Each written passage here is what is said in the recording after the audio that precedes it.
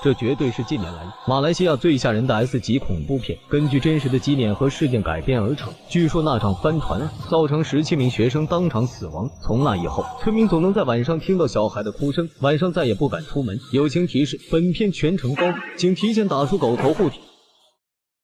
电影开始，小美抱着母亲的遗像，决定带她魂归故里。可当她来到老房子前，这里早已破旧不堪，无家可归的小美只好孤独地坐在路边。这时，好心的兰姐正好路过，看到无助的小美后，便将她带回了旅馆。深夜，兰姐将准备的饭菜放在门口，碗里还插着2根筷子，好像在祭奠死去的亲人。很明显，这个旅馆并不干净。小美这边正在整理物品时，突然听见外面传来小孩的哭声，她小心翼翼地打开房门，正好撞见了兰姐。这么晚了，不要到处乱走。回到房间后，兰姐帮小美整理房间时，无意间看到一些照片，表情立马变得紧张起来。这是谁呀？我爸妈。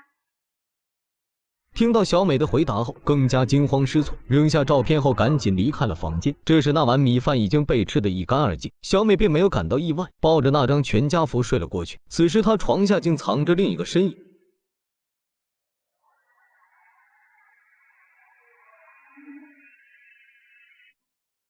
第二天，兰姐就对小美下了逐客令，呵斥她赶紧离开。可她刚走到大街上，就看见邻居正在摆放纸人，这让小美感到极度不安。紧接着，她又在大街上看见一位奇怪的大叔正对着空气自言自语。出于好奇，小美便一路尾随大叔来到家里，没想到眼前的一幕却让她菊花一紧。小美彻底被吓坏了，一路跑回了旅馆。可当她刚躺到床上，更恐怖的事情发生了。小美察觉到身后有人，胆战心惊地转身查看，只见一个诡异的女人出现在床头。小美吓得尖叫起来。这时她内心的恐惧感已经达到了极点，叫声把兰姐引了过来。原来这个女人是她精神失常的女儿。回想起这2天发生的种种怪事，小美决定找兰姐了解情况，说她白天看到有人在河边超度，问她这里是不是死过人。兰姐并没有隐瞒，说10多年前在河边发生了一起惨案，一共淹死了10几个小孩，劝告小美赶紧离开，否则就会大祸临头。小美很是疑惑，这和她没有半毛钱关系，为什么非要自己离开？为了弄清事情的真相，小美来到超度大会上，通过一位遇难者的家属了解到一些帆船案的细节。老阿姨告诉小美，10年前那天下着一场大雨，拽着轮船的钢缆突然断裂，轮船失衡沉入河中，夺走了27条人命，其中就包括一辆载有17名学生的校车。随后在2人交谈的过程中，老阿姨得知当时的校车司机就是小美的父亲阿汉。其他人听到哭声后立马围了上来，痛诉他父亲就是害死17名学生的凶手。回到旅馆后，小美向兰姐打听起关于父亲的事，没想到兰姐却指责小美的父亲是一个贪生怕死之人，当年他只顾着自己逃命，却没有救任何一个学生，导致所有人全部遇害。至今那些小孩的冤魂还总在小镇上徘徊。小美伤心地跑回房间，她不相信父亲会是那种人，伤心地睡了过去。等再次醒来后，发现桌子上到处都是淤泥。正当她疑惑时，一个小男孩突然出现在眼前。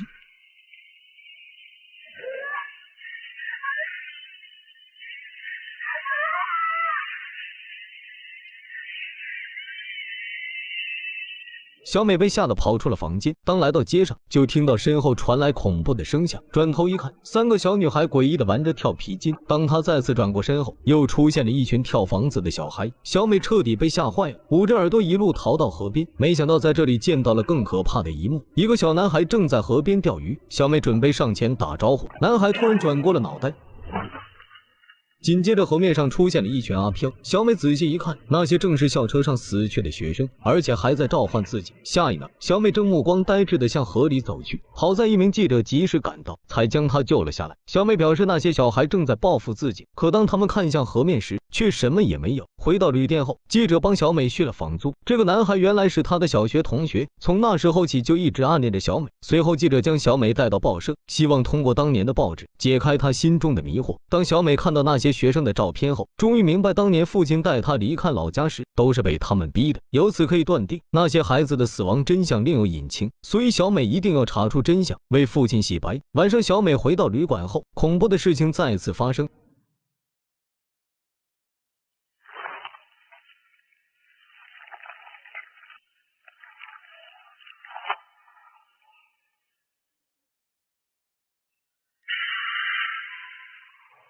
还好只是一场噩梦。可当他打开房门后，门口竟出现许多带水的脚印。小美小心翼翼上前查看，却被一只脚踹倒在地。此时兰姐正好路过，她再次劝小美赶紧离开，否则会被恶鬼缠身。这次小美彻底被吓坏了，第二天就搬到了阿富家里。阿富表示，那天他看到兰姐鬼鬼祟祟的去找神婆，身上肯定隐藏着什么秘密。记者这边也在全力调查，经过多次走访后，他终于从一位老人口中得到了重要线索。当年小美的父亲虽然没有救出一个学生，但他救出一个售票员，而这个售票员正是兰姐。果然兰姐不是什么好鸟，那天他找神婆时，就是让她帮自己隐藏真相。为了阻止小美继续调查，还让她给小美下了一个诅咒。得知兰姐的身份后，记者立刻带着小美返回旅馆，结果兰姐没找到，却碰到了她的女儿阿珍。她指向两人身后，小美转头一看，却看到了许多阿飘。小美吓得拔腿就跑，可记者却什么也没看到，还从阿珍的口中得到了真相。这时兰姐突然出现，打断了女儿。虽然她只听到4个字，但也大概明白了真相。兰姐发现自己暴露后，让他们赶紧离开。这时一旁的阿珍好像被什么东西给拽住了，